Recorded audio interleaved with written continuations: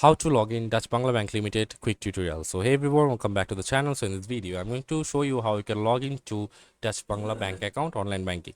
So first of all, you need to open a new browser tab and search for dutchbanglabank.com. That's the official website of the Dutch Bangla Bank. And after coming to the Dutch Bangla Bank dashboard or homepage, then you can see there are multiple options here. You just have to click on electronic banking. As you can see, core banking, internet banking, and many more options you can see from here. And you have to just click on internet banking, and after clicking on internet banking, you can see internet banking login, internet banking features and all.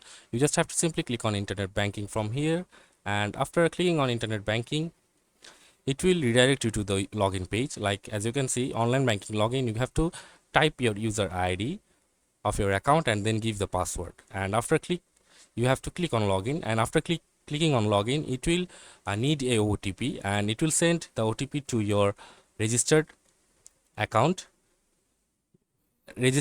phone number or mobile number. And after checking the OTP, you just have to give the OTP here and then click on login, and that's how you can log into Dutch Bangla Bank. So that's it for this video, guys. See you on the next one.